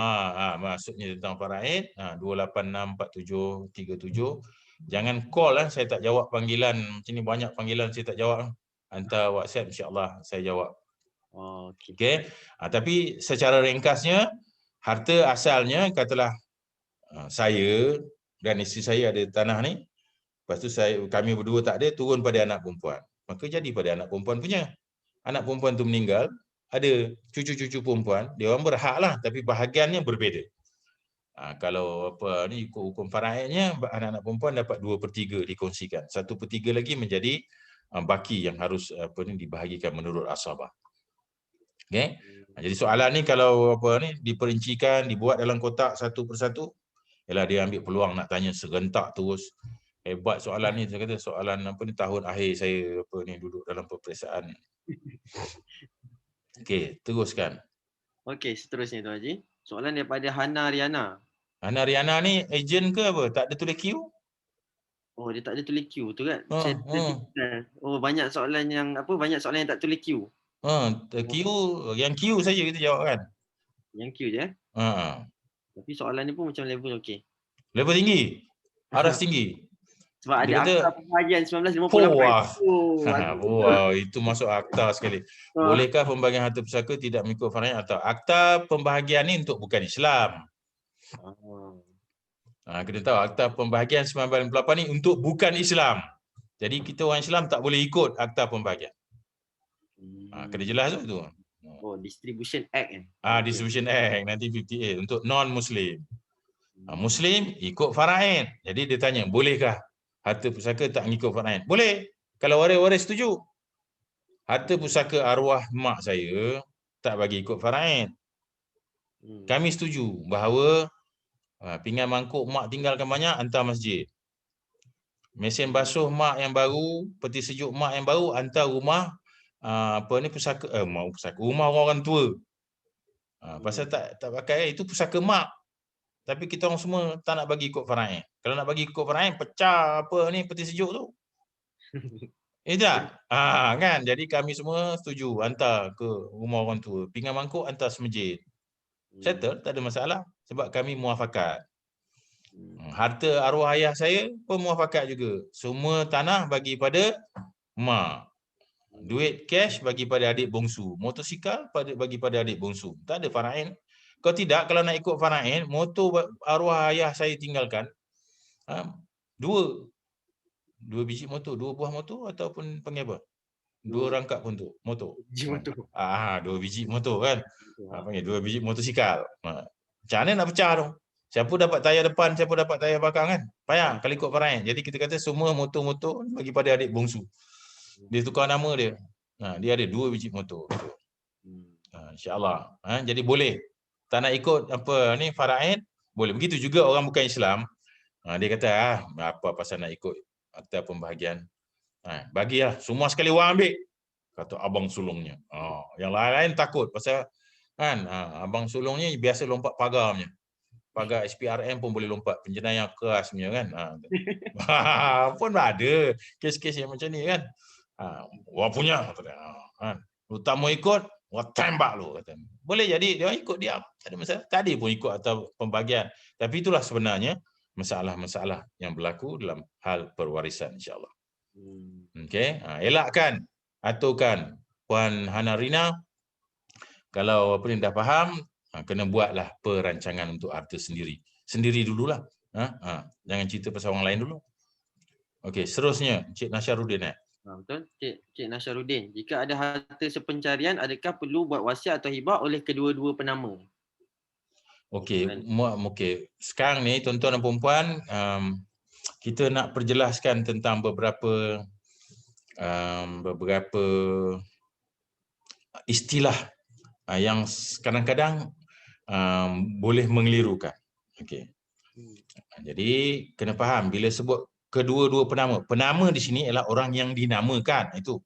Saya ada EPF, saya namakan Fazwan Zainuddin. Boleh atau tidak? Duit EPF saya. Boleh, tak ada masalah. Fazwan akan jadi penama saya. Saya namakan. Jadi Fazwan bila dapat nanti duit EPF bila saya meninggal dunia, Fazwan akan dapat duit EPF yang banyak tu, Fazwan kena bagikan sebagai harta pusaka kepada waris-waris. Fazwan bukan tuan punya, dia penama sahaja. Jadi saya kena ingatkan saya ada saham misalnya, saya ada unit amanah saham, saya namakan seseorang, itu penama. Jadi penama Islam, orang yang beragama Islam, kalau siapa yang dinamakan, dia dapat untuk dibahagikan menurut hukum faraid atau persetujuan, bukan milik dia sempurna. Tapi penamaan dalam takaful kena ikut format akta jadual ke-10 ni, akta APKI ni, akta Perkhidmatan Kewangan Islam 2013 ni, kena ikut betul, dinamakan penama di situ. Kena pilih sama ada penama tu jadi wasi macam tadi tu, tugas wasi bagi-bagikan, atau disebut situ hibah bersyarat. Hibah takaful lah. Jadi kena pilih. Dua-duanya nampak macam penama, tapi bila sahaja penama itu dinamakan sebagai penerima hibah bersyarat, sifat dia berubah. Dia dapat semuanya. Itu kena faham, penama. Jadi proses buat itu dipanggil proses penamaan. Menamakan.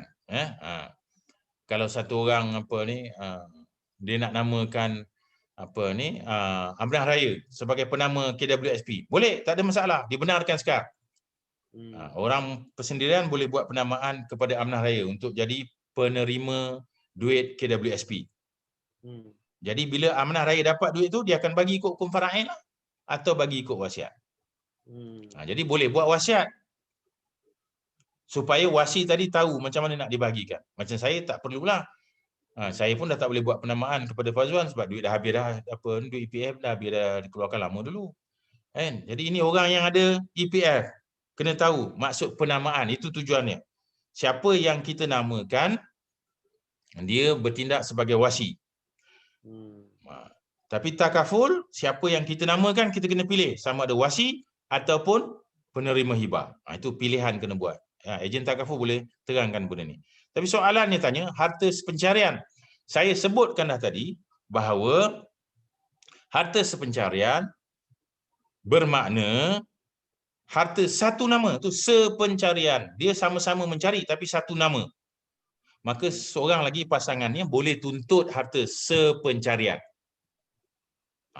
Okey, dia tuntut harta sepencarian. Bila suami meninggal dunia, balunya tuntut dulu harta sepencarian sebab dia menyumbang. Dia banyak menyumbang. Itu dikata harta sepencarian. tuntutan harta sepencarian. Saya bimbang soalan Cik Nasruddin ni ada sedikit kekeliruan. Dia bermaksud tentang harta perkongsian. Sebab tu disebut oleh kedua-dua penama. Jadi soalan ini taraf dia di luar kotak. Kan? Lain taraf dia kan. Dia memang apa ni, kalau tidak dijawab dengan jelas nanti nampak kekeliruan ini akan berterusan. Jadi saya berpendapat soalan Cik Nasruddin tadi ialah berkaitan dengan harta yang dua nama. Sebab disebut kedua-dua nama. Dua nama. Jadi ini bukan harta sepencarian tuan. Ini dipanggil harta perkongsian. Dah ada kongsi kan dua nama? Bermaksud 50-50. Jadi 50-50. Kalau nak buat hibah, suaminya kena transferlah bahagian dia yang 50 tu, masa dia hidup, dia transferlah kepada isteri dia. Maka isteri dia jadi 100%. Dia bukan setengah, dia akan jadi satu nama sahaja. Itu kalau dia buat hibah. Mesti melaluilah prosesnya. Tapi kalau dia buat wasiat, wasiat ni satu topik yang mencabar juga.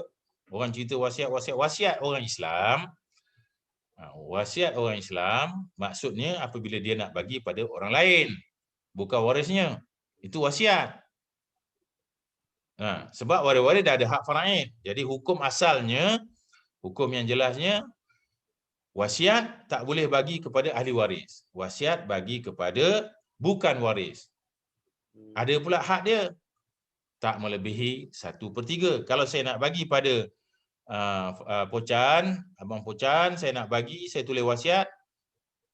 Wasiat tu tidak melebihi 1/3. Kalau lebih daripada 1/3, waris-waris saya boleh bantah. Pocan akan tetap dapat 1/3 saja. Maksud bagi kepada orang lain tidak melebihi 1/3. Selepas saya mati, itu dinamakan wasiat. Saya buat sekarang, saya tulis sekarang. Tapi saya kata masa saya mati nanti baru bagi Pak Pocan. Setakat 1/3 sahaja. 2/3 hak waris. Itu surah An-Nisa ayat 11, ayat 12. Hukum faraid ada sebut macam tu. Faraid waris-waris saya terjaga, terjamin. 1/3 je. Namun sekarang contemporary, undang-undang baru yang ada dalam negara kita ni, enactment telah menunjukkan enactment wasiat Islam beberapa buah negeri, Selangor, Negeri Sembilan, Melaka, Pahang, Kelantan dan juga Sabah, ada 6 buah negeri. Dia sebut bahawa kalau saya nak bagi kepada waris-waris saya dan saya tulis dalam wasiat, wasiat tersebut hanya boleh dilaksanakan kalau waris-waris saya setuju. Sebab dia membabitkan hak faraid mereka. Kalau mereka setuju nak bagi apa ni seperti dalam wasiat, boleh. Kalau tak setuju, patah balik hukum faraid. Jadi Tuan Nasruddin, jadi soalannya tu nampak macam sebaris saja kan. Tapi masuk 3 topik yang berbeza. Topik penamaan, topik wasiat, topik hibah. Soalan di luar kotak Pak kata Tuan Haji. Di luar kotak kan. Okey. Terima kasih Tuan. Alright. Okey, seterusnya sama soalannya daripada Hana Riana. Proses dia ikut apa ni lah, persetujuan waris-waris lah. Macam mana kalau susah, kes saya dah 7 tahun hantar satu kes ke Amanah Raya kan, saya tak boleh buat masa tu sebagai peguam, saya kata buat di Amanah Raya, dah 7 tahun tak selesai lagi. Sebab apa? Sebab waris-waris berbala. Bergantung keluarga. Sedangkan masa saya dulu menjadi CEO yang menguruskan harta pusaka berwasiat, dalam masa 3 hari boleh selesai, 72 jam boleh selesai, sebulan boleh selesai, bergantung pada waris-waris lah. Kalau waris-waris apa ni muafakat, sekejap je boleh selesai, insyaAllah. Okey. Okey, soalan seterusnya daripada Encik Razimi berkenaan dengan ni rasa dah dijawab tadi kot. Nak tanya, adakah wang simpanan ASB, ASB atau saham stock market langsung tak boleh dihibahkan? Sebab saya dengar ASB boleh letak penama hibah. Mohon pencerahan. Betul. Yang soalan yang dia dengar tu betul. Pendengarannya jelas. Bahawa ASB boleh letak apa ni, bukan penama hibah, dia sebut itu hibah amanah. HA, hibah amanah. Di apa ni, di ASB kita boleh buat apa ni, hibah amanah. Kita lantik penama-penama tu, tapi semua penama-penama tu kena sign. Saya ada, katalah saya ada 100,000 unit amanah saham ASB. Sekarang ni saya boleh tentukan. Saya ada 10 orang anak, katalah saya boleh masuk nama 10 orang tu 10%, 10%, 10% untuk terima baki yang saya tinggalkan. Saya bukan bagi dia unit tapi 10 orang ni kena sign lah. Kena sign, setuju. Mereka akan dapat 10% daripada baki yang saya tinggalkan. Allah Ta'ala takdirkan sebelum saya meninggal dunia, banyak sakit, saya boleh keluarkan duit tu. Walaupun saya dah buat hibah amanah tadi, kena bayar kan, buat hibah amanah di ASB kena bayar lah. Dalam RM200 apa semua, saya keluarkan duit. Bila saya meninggal, baki cuma ada RM1,500 saja. Dalam akaun tu. Maka 10% seorang dapat. Seorang RM150. Itulah baki yang ditinggalkan. Tak ada daur dah. Dalam masa 21 hari akan ditransferkan pada kawan anak yang 10 orang penerima hibah tu. Mereka pun dah setuju. Jadi itu tak termasuk sebagai pusaka. Itu saya cerita jumlah kecil. Kalau jumlahnya besar, saya buat masa ada 100,000. Kan? Saya bagi 10%. Lepas tu saya tahu dapat berita bahawa ASB akan bagi dividen yang banyak, saya masuk lagi sampai 200,000. Blok. Saya buka lagi ASB 2, masuk lagi sampai 300,000. Ambil lagi. Keseluruhannya kesemua harta ASB, ASNB ni ada katalah 1 juta. Bila saya meninggal dunia ada 1 juta campur plus dividen. Dalam masa 21 hari selepas klaim daripada waris-waris ni dituntut, maka mereka akan dapat 10% tanpa melalui proses harta pusaka sebab telah dihibahkan. Ini pergi masuk website ASNB, Menang Saham Nasional Berhad, masuk baca cari tentang hibah hibah amanah. KWSP tak boleh. KWSP cuma boleh buat penamaan saja, tak boleh buat hibah. Jadi ini soalan memang betul pada wang simpanan ASB boleh dibuat hibah, tapi KWSP tak boleh buat hibah, boleh buat penamaan. Saham stock market sekarang ini insya-Allah sedang diusahakan. Saya terbabit dalam perbincangan bagaimana orang ada saham di stock market boleh hibahkan saham-sahamnya. Insya-Allah tunggu. InsyaAllah nanti boleh dilaksanakan. Adalah sedikit buah fikiran saya telah dicampakkan ke situ untuk dimanfaatkan insyaAllah. Jadi masa akan datang insyaAllah Bursa Saham BSK sedang aturkan supaya orang yang ada stok dia boleh buat, orang Islam lah dia boleh buat hibah insyaAllah. Okey. Harap telah diberikan pencerahan. Soalan berikutnya. Soalan berikutnya daripada Haji Saifuddin.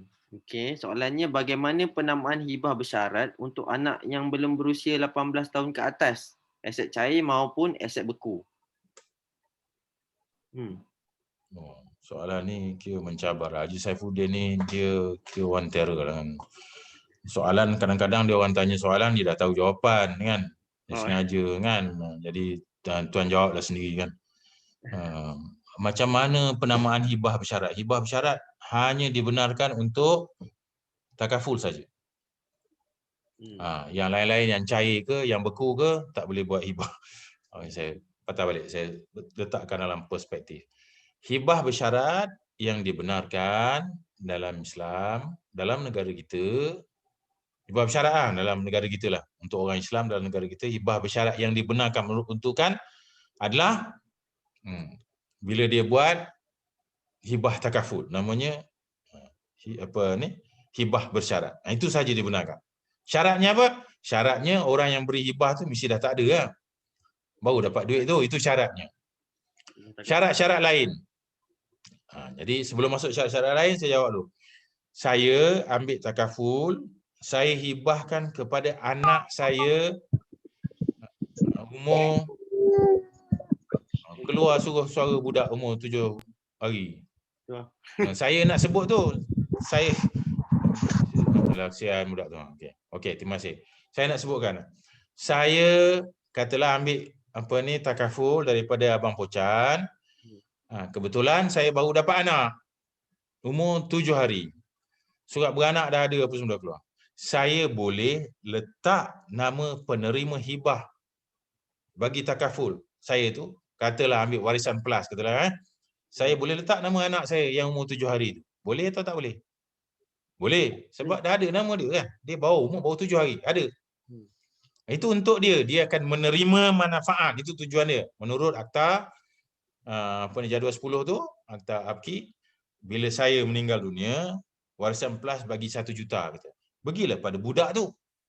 Tapi kerana dia bawah umur, maka 1 juta itu akan diberikan kepada ibu dia. Begitu. Jadi undang-undang tu ada, jelas. Itu tentang takaful. Cukup jelas. Ejen takaful tolong terangkan nanti. Dengan sebab ada bacaan dia. Baca perenggan 9. Dalam jadual 10 tu ada diterangkan. Bahawa bila saya meninggal, budak bawah umur, katalah masa saya meninggal, anak saya baru umur setahun 18 bulan. Cukup bawah lagi kan? Ataupun 18 bulan. Prudential kena bayar pada budak tu. Tapi pasal dia hanya 18 bulan, bukan 18 tahun. Kan? Dia 18 bulan. Maka duit tu akan dibayar kepada ibu budak tu. Bayar pada mak dia. Tak ada masalah. Selamat. Jadi boleh dibuat. Jadi dia cair lah, aset cair katanya. Yang beku saya tak faham macam mana bekunya, maupun aset beku. Saya ada aset beku dalam peti sejuk. Beli banyak barang masuk dalam peti sejuk. Betul macam mana saya nak hibahkan? Saya buat lawak minta maaf je nanti. Nak tunjukkan kita kena tahu apa ni ikut perspektif lah. Jadi kalaulah ada duit cash ke yang bagi je lah kereta. Kereta aset beku ke aset cair? Dia aset keras, aset besi. Kan? Kita nak bagi pada anak umur 18 tahun, boleh tidak? Tak boleh, pasal hanya umur dia 18 tahun. Baru dia boleh terima kereta tu. Itu kalau kita nak hibah. Kita ada rumah, beku ke tidak? Itu tak boleh alih, harta tak alih namanya. Jadi kita nak bagi pada anak umur 18 tahun, nak bagi hibah kat dia. Tak boleh. Jadi orang buat dengan syarat. Buat dengan syarat. Dibuat dengan syarat. Rumah ni aku hibahkan kepada anak aku.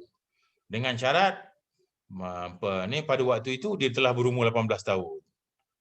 Aku hibahkan rumah ni kepada anak aku. Dengan syarat dia masa tu dah umur 18 tahun. Ketika orang pemberi hibah ni meninggal dunia, katalah anaknya baru umur 16 tahun. Apa status hibah dengan syarat tu? Dia tak sama hibah takaful kan, tadi hibah takaful ikut undang-undang kan. Jadi apa syarat?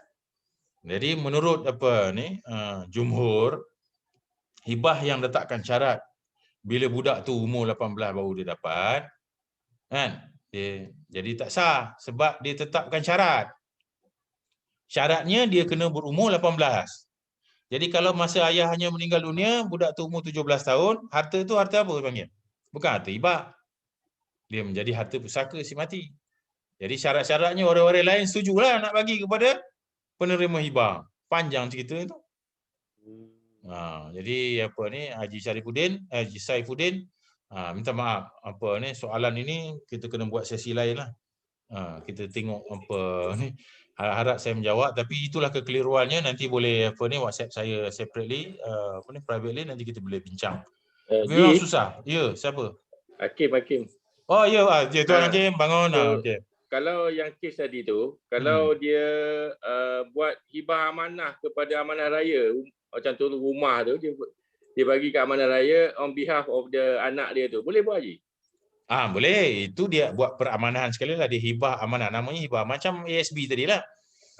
Jadi mungkin kalau orang tu nak buat, dia ada rumah nak bagi mana anak kecil dia tu, dia gunakan platform amanah raya lah sebagai pemegang amanah lah. Macam Piramli buat tu lah. Ya betul. Saya baru nak sebut Tuan Hakim. Macam Piramli punya cerita kan. Jadi Sulaiman Akhlaken dulu ada Tuan. Sekarang Sulaiman Akhlaken dah tak ada. Jadi pemegang-pemegang amanah yang ada ramai di luar sana. Amanah Raya As-Salihin Trustee-nya, Wasiah Shopee-nya, Public Bank Trustee, RHB Trustee yang saya tahulah. Macam-macam trustee ada. Tapi tak semua buat benda yang sama. disebutkan oleh Tuan Hakim tadi, saya menurut apa ni lah, setuju bahawa di amanah raya ni dia biasa buat. Salihin trustee pun biasa buat. Jadi harta itu dipindah milikkan kepada pemegang amanah. Macam Ismail Ghulam Raja pindahkan kepada Sulaiman Akhlakan. Mesti dipindahkan, dipegang amanah untuk nanti disampaikan kepada anaknya. Tapi anaknya tak boleh dapat sehingga umur 18 tahun. Itu okey. Sebab tujuannya ialah apabila orang yang buat proses ni meninggal dunia, harta tu bukan atas nama dia. Itu tujuannya. Hartanya telah dipindahkan kepada pemegang amanah. Sebab kalau atas namanya seperti yang saya sebut tadi, terima kasih Tuan Hakim. Seperti saya sebutkan tadi, apa harta atas nama dia tu, akan menjadi pusaka dan banyak proses yang harus dilalui. Terima kasih Tuan Hakim. Soalan berikutnya mungkin soalan terakhir ya. Ke nak tunggu sampai 12.30 ke? Hari Sabtu ni ada orang dah lapar pukul 12. Mungkin Tuan Haji lah kot boleh pilih sebab tengok memang ada banyak lagi soalan tapi mungkin 24 new messenger. Okey, saya cuba pilih satu soalan yang akan saya jawab terakhir lah ni. Okay. Saya bacakan soalan, saya tengok saya nak jawab tidak. Berapa lama tempoh proses amanah raya ni boleh baca. Ni boleh baca sendiri. Boleh masuk berapa lama boleh selesai. Ejen-ejen takaful pun boleh jawab. Tanya Haji Bain, dia jawab sekejap je. Lepas tu dipahamkan takaful dapat menggantikan MRTT. Mohon pencerahan. TT belakang tu pun takaful juga. Ini pun ejen takaful boleh jawab. Ini apa ni, MLTT lah apa benda ni. Ini ejen takaful boleh jawab. Baik ni. Ini terima kasih, jelas. Terima kasih. Okey. Bagaimana Hana ni, dia banyak tanya soalan. Yang tiga. Ejen ke apa ni? Bukan rasanya. Bagaimana jika seorang ibu dah hibahkan tanah kepada salah seorang cucu sayangannya tanpa pengetahuan anaknya? Dan adik tante mereka tak setuju. Dah hibah, apa hukumnya? Hukumnya hakim kata jalan. Dah pindah, jalan. Tak ada masalah. Okey. Baik. Jadi siapa yang saya sebut nanti saya dah jawab. Saya kata, apa yang telah dipindahkan bukan atas nama tuan punya, dipindahkan pada orang lain, milik orang tu. Terutama jikalau tak ada balasan apa-apa. Terima kasih ejen saya Firdaus Rahman, Cik Amran, sebab jemput. Terima kasih juga kepada penganjur. Soalan tu. Okey, bukan soalan. Disebabkan kes COVID-19 ramai masa meninggal dunia di antara ahli keluarga. Contoh satu keluarga ada ayah, ibu, anak dua orang perempuan. Jika ayah meninggal dunia dahulu, selang 2 hari kemudian anak lelaki meninggal, bagaimana urusan satu pusaka ni? Ada anak lelaki juga ada hak. Okey, macam saya sebut tadi, saya ada harta, saya meninggal dunia, turun pada anak saya. Tapi lepas 2 hari anak saya pula meninggal. Maka apa yang turun pada anak saya tu menjadi harta pusaka dia pula. Itu kena buat ikut jaluran. Memang kena buat. Dipanggil harta pusaka berlapis-lapis. Memang boleh dibuat, tak ada masalah. Si Atuk ada harta, Atuk simpan duit dalam akaun cucu dengan niat memang bila Datuk dia bagi kat cucu ada duit itu. Tak. Dan bukan nama dia. Settle lah, alhamdulillah. Bukan nama dia, maka bukanlah.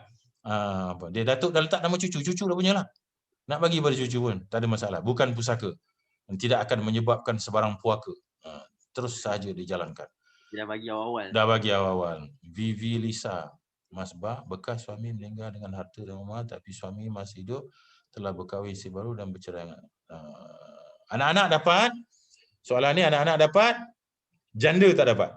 Jadi waris-waris terdiri daripada ibu, ayah, pasangan. Jadi kalau dah diceraikan bukan apa ni, pasangan. Jadi pasangan, anak-anak. So anak-anak dapat, tapi bekas pasangan tak dapat.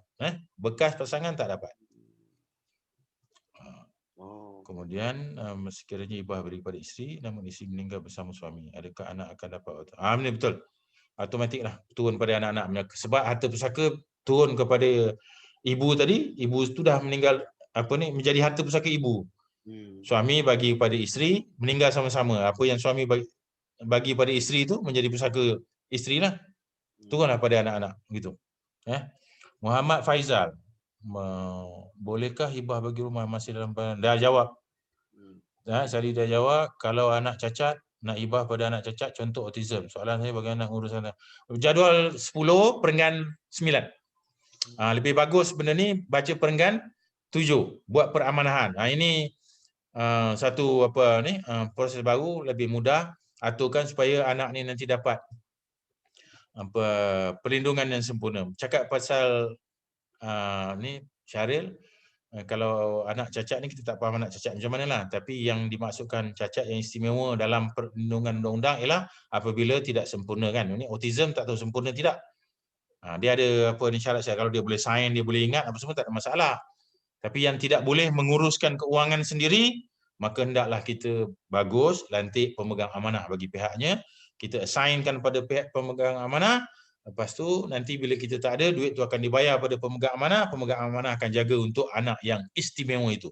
Anak yang istimewa memerlukan keistimewaan perlindungan. Keistimewaan ni hanya boleh dibuat oleh ibu bapa yang istimewa. Ibu bapa yang istimewa boleh jumpa dengan ejen-ejen yang istimewa. Di mana ejen-ejen yang istimewa ni ada? Khalifah. Okay, terima kasih. Apa baik buruk buat caveat untuk Umar? Tiba-tiba masuk caveat. Caveat ni apa? Entah, caveat ni terror orang yang tanya ni. Apa baik buruknya? Okey, ini soalan terakhir lah kan Jadi caveat itu bermaksud adalah satu sekatan yang dimasukkan ke atas geran di pejabat tanah. Dimasukkan caveat untuk menghalang supaya daripada harta tanah itu diurus niagakan. Jadi katalah Fazwan nak jual tanah. Tanah tu sebenarnya saya punya. Kita ataupun Fazwan dengan saya adik-beradik, Fazwan apa ni cerdik, saya duduk diam je kan. Nama berdua dia nak jualkan kepada Encik Adam Osman. Nampak gambar sebut nama dia lah.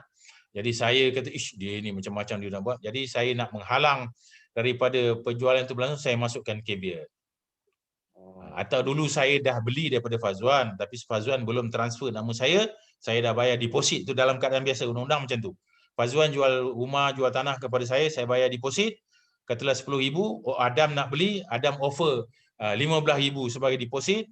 Jadi Fazwan ingat dia ambil 15,000 daripada Adam Osman, dia boleh pulangkan balik duit saya 10,000, dia ada untung lagi 5,000 gitu kan. Jadi saya dapat tahu, saya pergi masukkan caveat sebab saya dah bayar deposit. Agreement mungkin belum masuk lagi, tapi ada resip-resip menunjukkan saya dah ada bayar deposit pada rumah yang saya nak beli daripada Fazwan tu. Saya masuk caveat, Fazwan tak boleh nak teruskan penjualan dia dengan Encik Adam. Caveat itu berkuat kuasa menghalang urus niaga di pejabat tanah. Terima kasih. Okey, Ingat itu sajalah. Ada satu lagi, idham desa. Syarikat tak payah. Syarikat ada memberikan takaful, tapi dalam rekod syarikat takaful is beneficiary, penama adalah isteri. Adakah ini atau pusaka? Tak. Macam saya sebut tadi lah. Siapa yang dinamakan sebagai beneficiary, dia dapat. InsyaAllah. Bukan pusaka. Okey. Terima kasih. Khairul Hamdi dah jawab. Caveat adalah hangan. Boleh ambil tempat saya lepas ni. Jadi saya ucapkan terima kasih kepada tuan-tuan dan puan-puan. Saya minta maaf. Saya harapkan perkongsian kita hari ini bermanfaat. Semoga tuan-tuan dan puan-puan dapat mendengar seterusnya daripada penerangan-penerangan daripada ejen-ejen Khalifah untuk meneruskan cita-cita yang murni di masa akan datang. Wabillahi taufiq hidayah. Assalamualaikum warahmatullahi wabarakatuh. Waalaikumsalam warahmatullahi wabarakatuh. Waalaikumsalam Tuan Haji. Terima kasih banyak diucapkan kepada Tuan Haji Rafi'i atas perkongsian